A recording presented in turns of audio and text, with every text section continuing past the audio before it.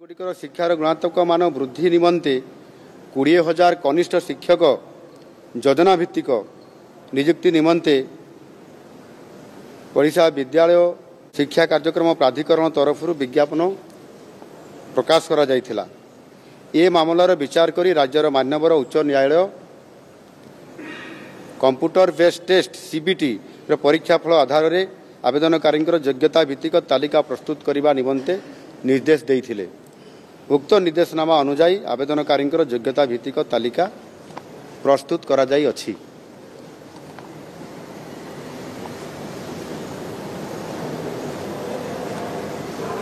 ओडिशा विद्यालय शिक्षा कार्यक्रम प्राधिकरण द्वारा 18,788 प्रार्थी चयन तालिका प्रकाश निमंते प्रस्ताव आज राज्य कैबिनेट सूचना और मार्गदर्शन निमंते ताकू उपस्थापना करा जायथिला। चयन तालिकार अंतर्भुक्त प्रार्थी मानकर सर्टिफिकेट वेरिफिकेशन एवं नियुक्ति प्रक्रिया को त्वरान्वित करने को कैबिनेट विद्यालय और गणशिक्षा विभाग को निर्देश देइछंती।